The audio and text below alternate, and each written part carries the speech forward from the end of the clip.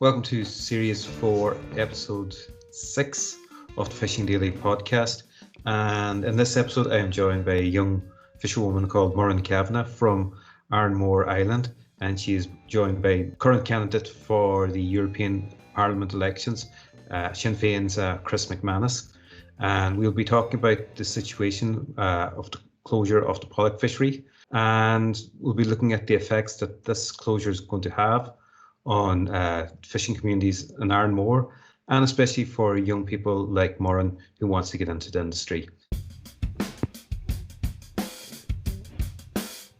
Good morning, Muireann. Good morning, Chris. Thank you for joining us here today.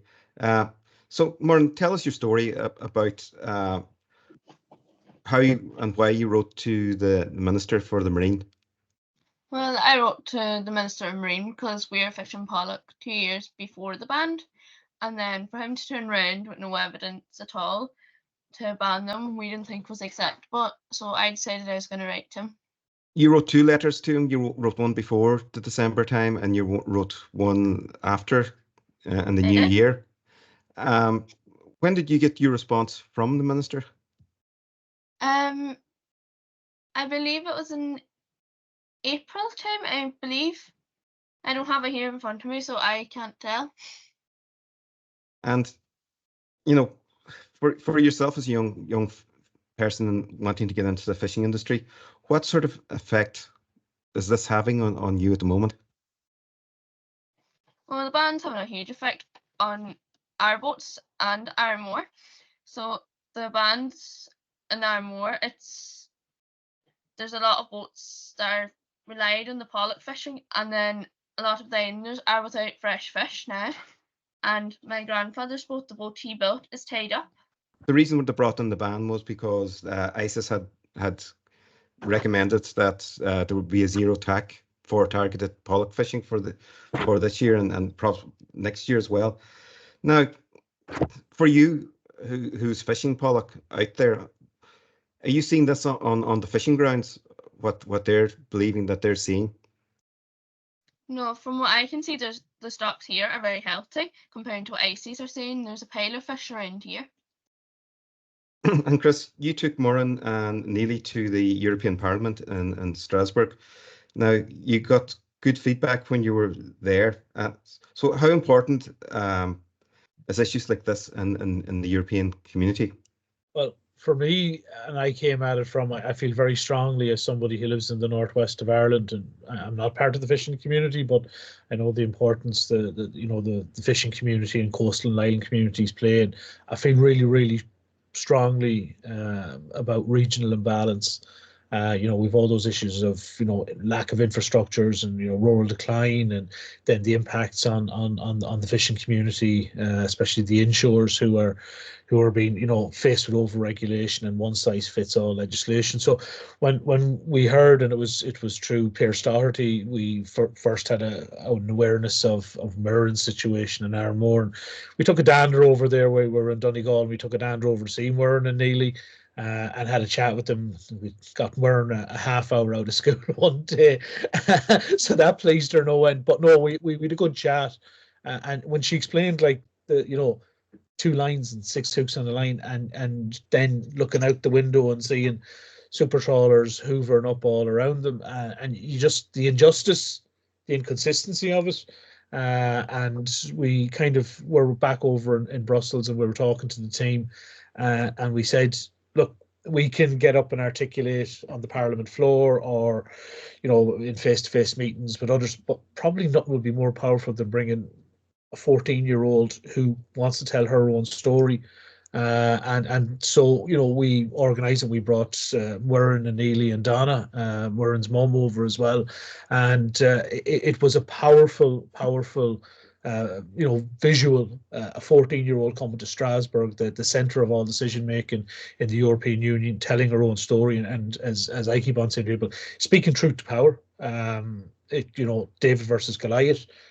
You're stopping me from being able to fish in such a sustainable way that generations, my family, have done before us. And it resonated with people, especially that Muireann coming in her in her garb, and people were stopping and looking and wanting to know who was this young woman and why was she dressed accordingly. And when we met like with several, we met the chair of the regional development committee, we met with the chair of the fisheries committee, and both of them were taken very much by Muireann's story, and they themselves could see the injustice of the situation. And Muireann, what was your experience? How did you feel when you were at the European Parliament? Well, we were treated like royalty since we met Chris's staff in Dublin until we landed back. But we don't think we'll be fishing this year. But if Chris and Luke get back to Europe, who knows what will happen? Yeah, and that's something that's coming up as the European elections, and it's an important thing. It's something that maybe we just don't have time to touch upon today, because we know that Chris is in a bit of a rush to get back out there on the road and get campaigning. So we'd love to come back to that and maybe another time. But now, your reaction in Europe and the reaction that you're getting at home with the minister, what's the difference? In Europe, they listened to us and they sat down and they talked to us and they were all willing to help. Here, MacManus is like a wee schoolboy who won't show his facts and figures if he has any. He's just not willing to cooperate with us at all. And what's the realistic resolution? Well, the most realistic resolution is to redo the survey in the right area with the right method, and all the islanders want us to go back fishing. So I say if the survey was done properly, they would have seen that the stocks are healthy. And one of the things that they spoke about was Article 17, and I've been on here speaking to Life and different groups about how important this is for coastal areas and islanders and people who really rely on what is essentially sustainable fisheries, hook and line and stuff like that. Now, Chris, Article 17 for Sinn Féin, is this a priority and to get into place?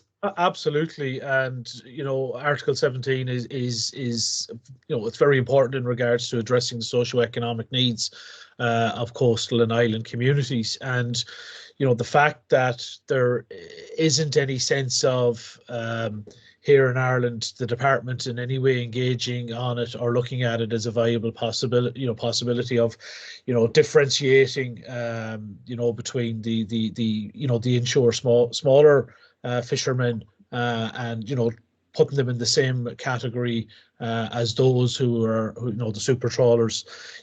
So what we need is, and I know Pádraig McLaughlin, our fishery spokesperson, feels very strongly about this, and as I said, I'm not going to start getting into the politics, but obviously we would be hopeful that at a subsequent general election, we know the importance of having actually a Minister of State at the minimum for fisheries, which we don't have at the minute. We don't have a minister or one person that's focused on this. We want to see Article 17 being utilised. It's there.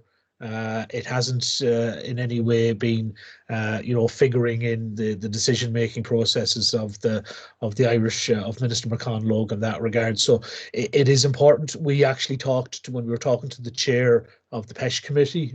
He's from Brittany, a French MEP, and he said that they were very much aware of it too, and they would like to see it being utilised more. But it goes back again to, there's probably a serious review of the CFP is needed.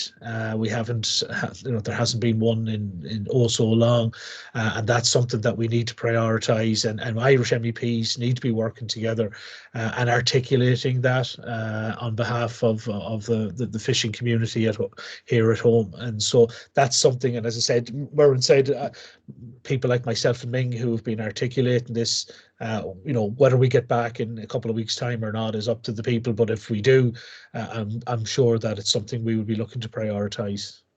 Yeah, and like we were all at the hustings in fishing industry hustings in Killybegs on Wednesday last. It was really prioritised in that meeting how important it would be for MEPs, Irish MEPs, to work together in the best interest of the fishing industry. You said it yourself, and a few others have said there's a need to be a pledge there, a commitment made there from anybody who comes in.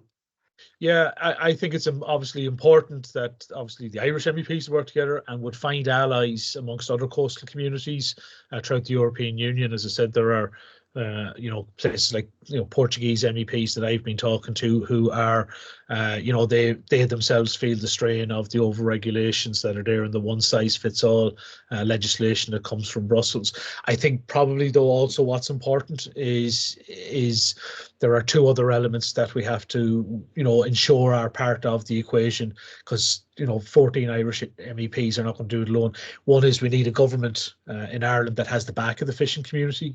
But also a government that treats the fishing sector and the representative organisations as equal partners, that the door is ajar and that the fishing organisations are welcome at the table and are able to articulate what their priorities are, so that you have all of us working. And I think I said this several times during the hustings, we have to have a united front. If we're not going out to Europe with a united front, both those who are working within the Parliament, those at national government level and within the fishing organisations, we need to be going out there talking from the one hymn sheet. And that way then, because if the Commission are kind of getting mixed messages, and I was very pleased that the very first delegation that I brought out when I was an MEP was I brought out a cross section of the industry, processors and producers, and it was and myself included.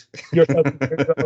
But the way we went straight out and we talked to the Commission people across the table, or directly a direct form of communication, and they themselves said that that was powerful for them, because they had never really had a sense of they would be talking to different groups, and primarily their point of contact would have been the Perm Rep's office, which would be obviously representative of the government and the department's point of view. So I think that's what we need is that there's one voice coming from the Irish fishing sector when we're engaging with them, because that way then it's loud and clear and we're able to prioritize those things. Because if we don't, the